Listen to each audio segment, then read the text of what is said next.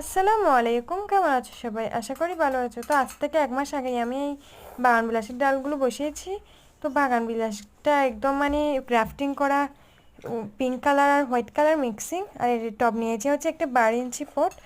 আর হচ্ছে ডাল থেকে শিকড় বেরিয়েছে কিনা সেটা তো জানি না, কিন্তু দেখতেই পাচ্ছে পাতা বেরিয়ে গেছে, তাই জন্য এবার রিপোর্ট করে দিব। এতে আরও সুন্দরভাবে এটা বেড়ে উঠবে।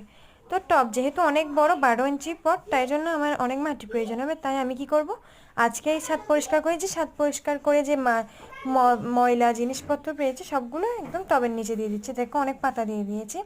তারপর আছে ডিমের খোসা, ডিমের খোসাও দিচ্ছি কিন্তু আমি, এই দেখো। তো সব কিছু দিয়ে অর্ধেক আমি পুরো ভরাট করে দিব, পরে উপরে একটুখানি মাটি দিব কিন্তু।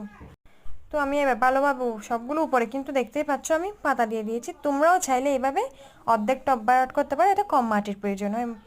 মাটি আমাদের ছাদ বাগানেদের জন্য মাটি খুব প্রয়োজনীয় একটা জিনিস, তাই কম খরচ করলেই ভালো বরং। তো আমরা এবার হচ্ছে সবগুলো পাতা দিয়ে এবার উপরে মাটি দিয়ে দিয়েছি।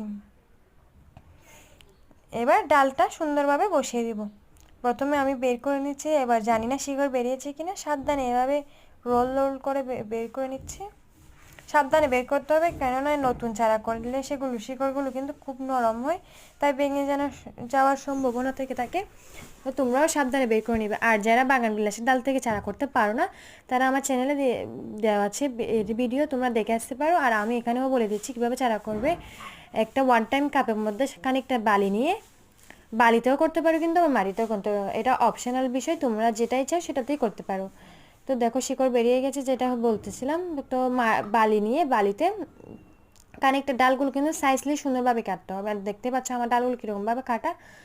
তো আমি সব কটা ডালকে একদম কেটে ভালোভাবে রুট হরমোন হিসেবে অ্যালোভেরা লাগিয়ে বালিতে বসিয়ে দিয়েছিলাম। তো কয়েকদিন পরে দেখবি শিকড় বেরিয়ে। তো দেখতে পাচ্ছ একটা ডালে শিকড় বেরিয়েছে, আর একটা ডালে বের হয়নি। হয়তো একটু দেরি লাগবে, আর একটাতে দেরিও লাগতে পারে, আবার কম সময়ের মধ্যেও শিকড় বেরিয়ে যেতে পারে। তোমরা যদি কম সময়ে চারা করতে চাও তাহলে অবশ্যই বালিতে চারা করো, বালিতে কিন্তু কম সময়ে চারা হয়ে যায়। আমিও তাই বালিতে চারা করি। তা আমি অফ ক্যামেরায় চারাটা বসিয়েছি যাতে শিকড়গুলো ছিঁড়ে না যায়, যেহেতু আমি একলা ভিডিও করছি। তো ভিডিওটা করে এই যে দেখো, এটাতে চারা হয়নি তাই বালিতে আবার বসিয়ে রাখছি, চারা হলে পরে রিপোর্ট করব।